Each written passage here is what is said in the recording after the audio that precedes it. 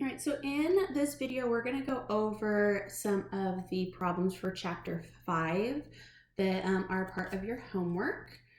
And there weren't any questions that were assigned for the 5.1 section. So we're going to start in 5.2. And the problem that I want to do in the video, or at least get you give you some hints on, is 510. So in 510, it says 5% of all cars manufactured at a large auto company are lemons, which means they just don't work very well. Suppose that 2 cars are selected at random from the production line of this company. So I know like the population proportion of these lemons is 5%. And so the probability of getting one of those lemons is 0.05. Let X denote the number of lemons in the sample. Write the probability distribution of X. So if we're going to choose 2, let's think about all the different outcomes that could happen here. So they could both be lemons. You could get a good one and then a lemon. You could get a lemon and a good one, or you could get 2 good ones. So in this case, when I'm thinking about X values, where X is the number of lemons, this would be 2, 1, 1, and 0. Then you can find the probability using this right here. So lemon and lemon. Oops. Good and lemon.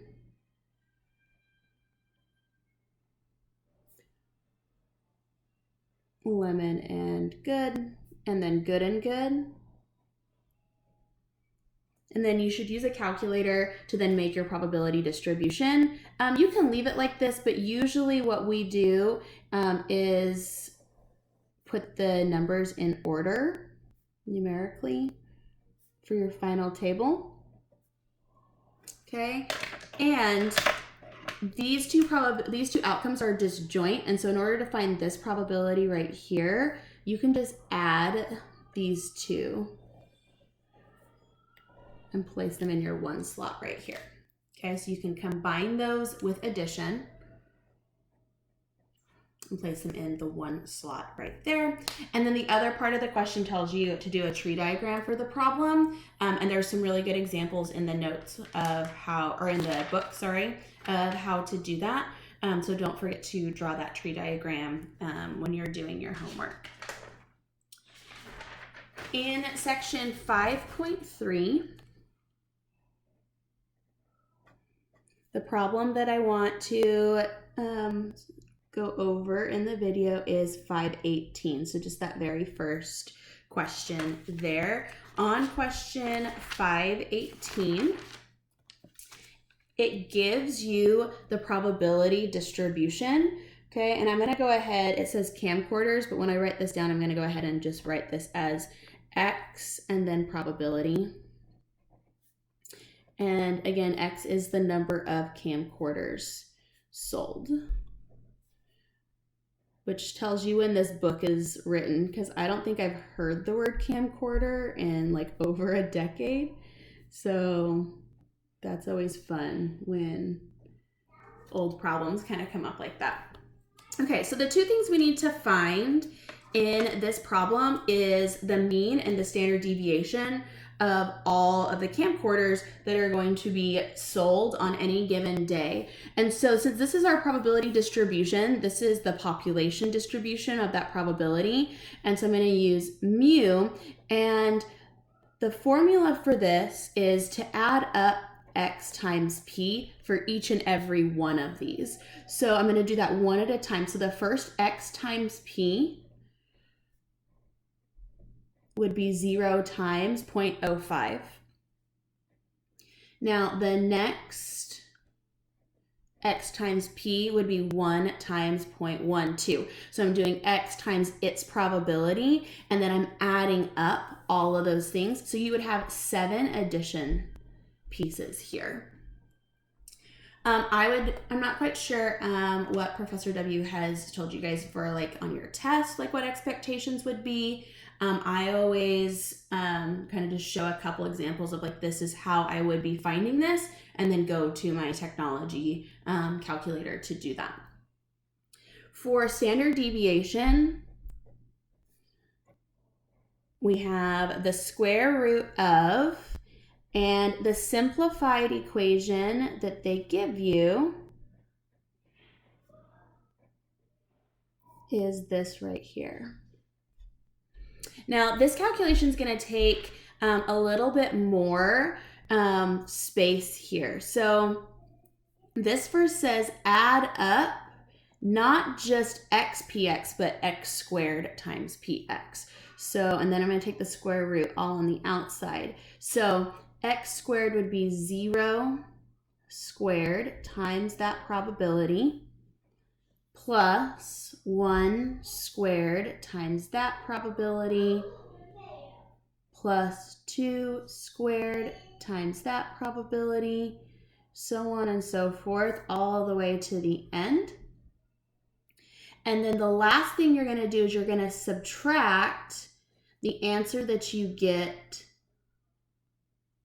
on part A squared, because I need that minus mu squared on the end. And then you're going to take the square root of that entire piece, okay?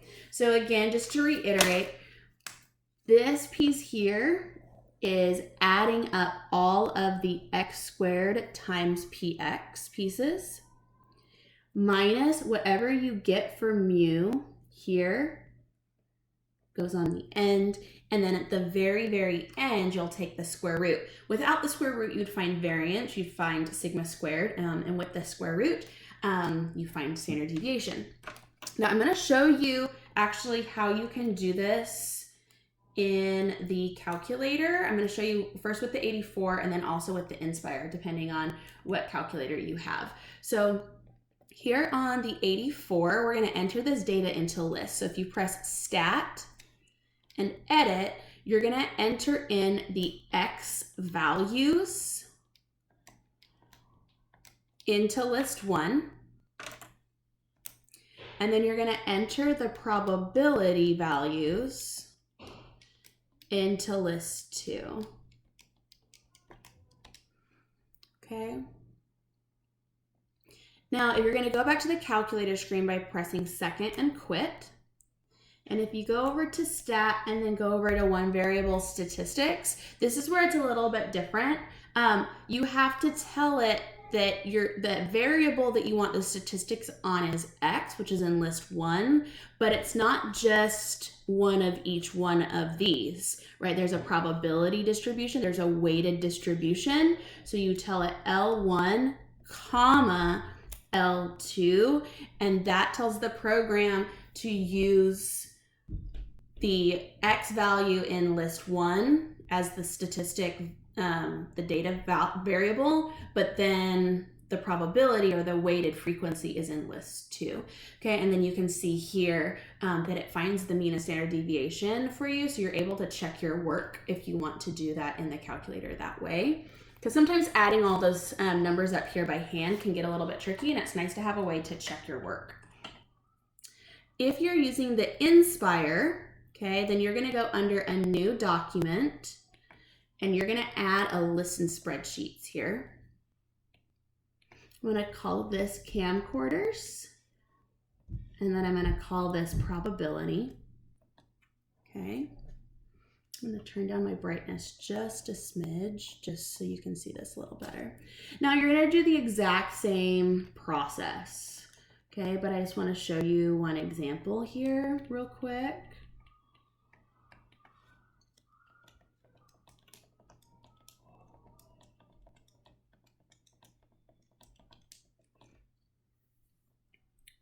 And so once you have all the data inserted, you're going to add a calculator page.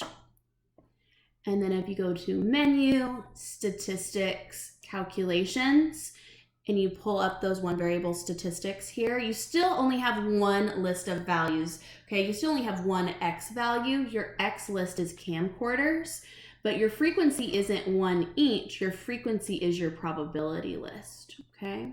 And then when you press OK, it'll give you the output for the statistics there, okay?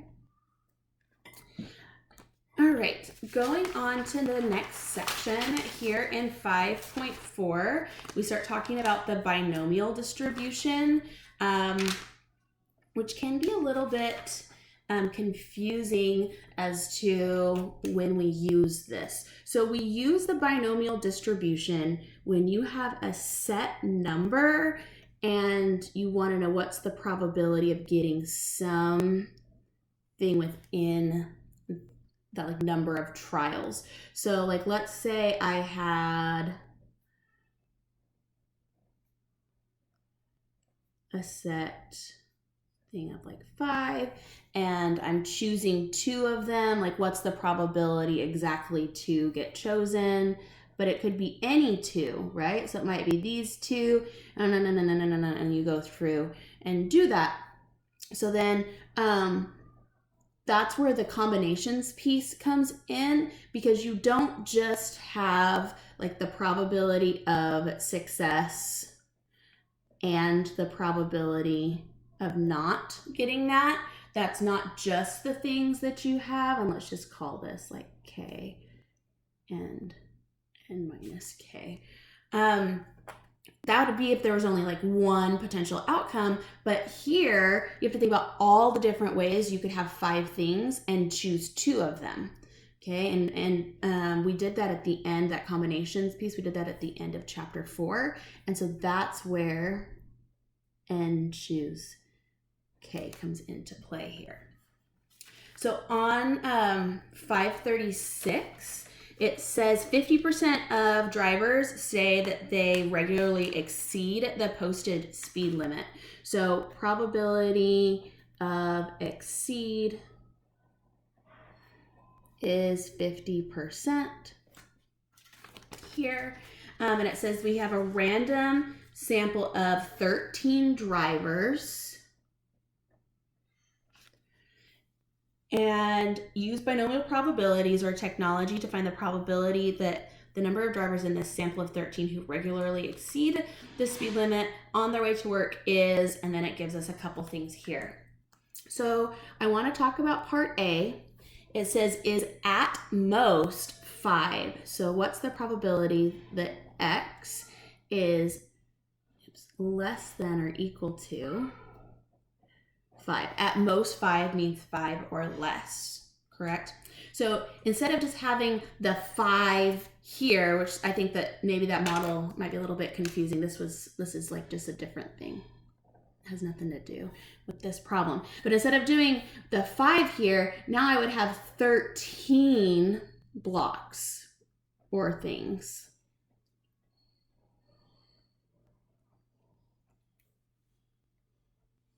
Okay, 13 things. And I want to know what's the probability that when I have that sample of 13, no more than 5 people in that sample of 13 exceed the speed limit. Well, you have to think about all the potential combinations that could happen here if it's at most 5. Well, we would have the probability that none of them exceed the speed limit.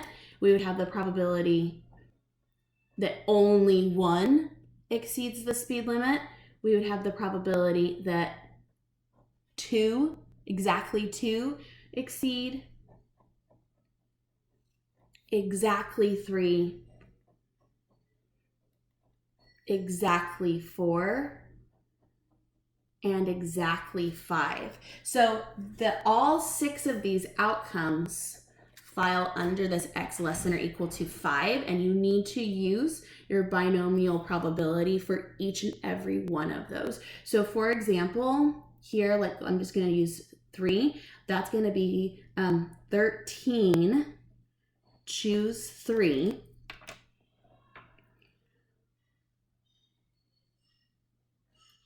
.5 to the 3, and then 0.5 to the 10. Okay, so 3 coming from the fact that I want exactly 3 of them to exceed the speed limit, and then 10 of them to not. That's how we're going to plug into this here. And you can do that by plugging each and everything into the calculator one at a time, okay? So you can go under math, probability, NCR, okay? But remember, you have to plug in 13 first. Okay, so 13, choose 3. So there's 286 different ways that out of this 13, 3 of them could fall into this probability of exceeds. Okay, I didn't want to have to do this calculation 286 times, so that's why I'm going to just have that combinations in the front. So times 0.5 to the third times 0.5 to the 10. Okay, and so that probability just for x equals 3 is 0.0349. Okay, and then since each one of those would be a disjoint event, once you have your 13, it can't be that both 4 and 5 are in this probability, right? Like either it's 4 or it's 5. So once you have all 6 of those calculations, okay, you can just add them up. Some calculator tricks, okay? If you go under the distributions button, okay, so I pressed second variables to go under the distributions, and binomial, it's actually faster to go up rather than down. If you go under binomial PDF, okay, PDF means 1 point. That's not really what the P stands for, but that's how I remember it. So PDF means 1 point. So you're gonna do N and the probability of success, close out the parentheses, and when you do that and press enter, it actually gives you essentially the distribution table for you. So you're going to press over. So that would be the probability of 0. So there it is right there. Probability of 0 is essentially going to be 0. Okay. There's the probability that x equals 1. There's the probability that x equals 2. That's the probability that x equals 3. Look, we already did that right here. Probability x equals 4, and probability x equals 5. Okay, and again, I don't know as far as your test is concerned what Professor W's expectations are going to be for like the amount of work shown, but know that you can use this as a shortcut. Also, there's that binomial CDF. Okay, and CDF means like an interval. Okay, so you could also do this one, and then I'll tell you some things here. So it's N and then P and then the X value that you want. So in the PDF one, you don't have to put the X value. If you do, then it will give you just that one X value. But if you don't put an X value, then it gives you the entire distribution, which is usually what I do, and then just write down the ones that I want. The binomial CDF always starts at 0 to that X value. So when I put 5, that actually is going to calculate for me all 6 of those just by using this. So again, you plug in N, comma P, comma the highest X value that you want. It always is programmed to go from 0 to that X value. So for example, on part C, you want to find at least 7. So if you're looking for at least 7, and you plug in binomial CDF, okay, 13, comma 0.5. The probability of at least 7 would be 7 or more. You don't want to plug in 7 here because that finds you from 0 to 7.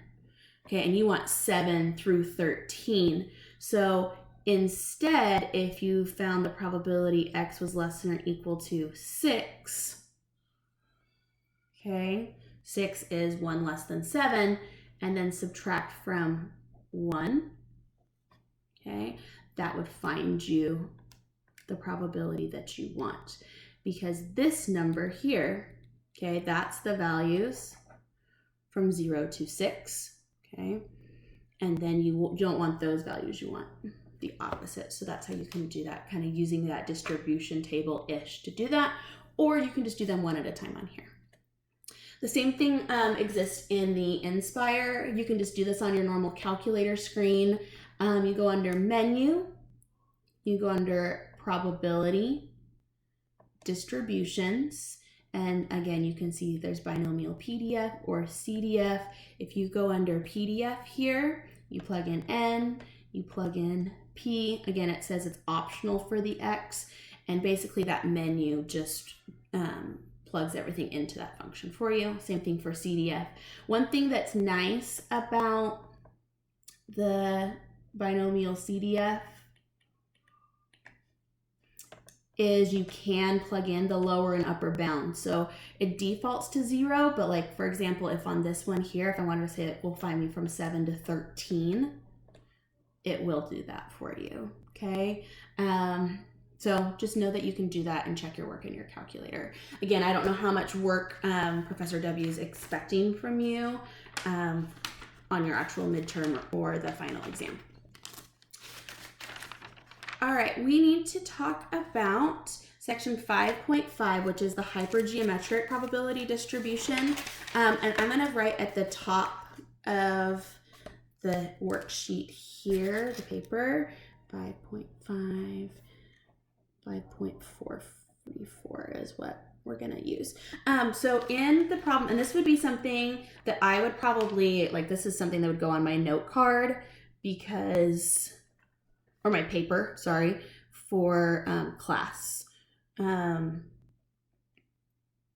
you take the actual test, this isn't one that I would memorize. Same with the binomial distribution, okay? Okay, so we're gonna plug into the situation into this here, and really guys, I just used my calculator once I had all the values in here. So on 544, essentially they tell us that our big N is 20, R is 4, and N equals 6. And so where I pulled that from on this question is 4 of the 20 are potentially prejudiced. And so if we are choosing 6, I want to know like what's the probability out of the 6. So there's the big N, there's this ratio here, and then there's the small n. That's the actual selection that we're doing here. And so A wants to know exactly 1. So that's going to be 4, choose 1, times 20 minus 4, so 16, choose, and then 6, because I do n minus 1, so that would be 5. All over 20, choose 6. And then you plug this into your calculator. I would be careful and use some parentheses here. You might want to like calculate each value independently and then plug it in to the calculator just to make sure that you're not messing anything up because that division can get a little bit tricky. Okay, and so that's just what all you're going to do on those questions. You're just going to use this formula on that section. Okay, and then similarly, just real quick on 5.6, you're going to use the Poisson probability distribution formula. And so let's go ahead and write that. So lambda to the x power e minus to the negative lambda all over x factorial. Okay. Okay, so on 5.6, let's look at 5.54 here. Okay, and on part A, it wants us to find the probability of x equal to 1, and it tells us in the problem that our lambda value is 1.6. So probability that x equals 3, we're going to plug this in. So that's going to be 1.6 to the third, e to the negative 1.6 over, and then 3 factorial means 3 times 2 times 1. Okay, that's what that symbol here means. Okay, that's called a factorial, if you've never seen that before. And so 3 factorial means you start with 3 and then you multiply by every integer that is smaller than 3. 4 factorial would start at 4 and you would multiply all the way down like that. Now, I wanted to go over this question with you because similar to kind of the binomial distribution, the next question here wants us to do between 2 or 3, right? And it's in part B. So just remember that 2 or 3, well, that's the probability that x equals 2 plus the probability that x equals 3. And I'm already going to know that from part A. You're going to do that same thing to find here for that probability. And then remember, you're going to add those to get your final answer. Now, one of the problems in this one I think is really, really tricky is it says, what's the probability that x is greater than 3? Well, essentially, because there's no fixed value of n, then that's probability that x equals 4 plus the probability x equals 5. And that would be an infinite number of calculations, which isn't possible really to do. So I want us to think about if you have a probability distribution here,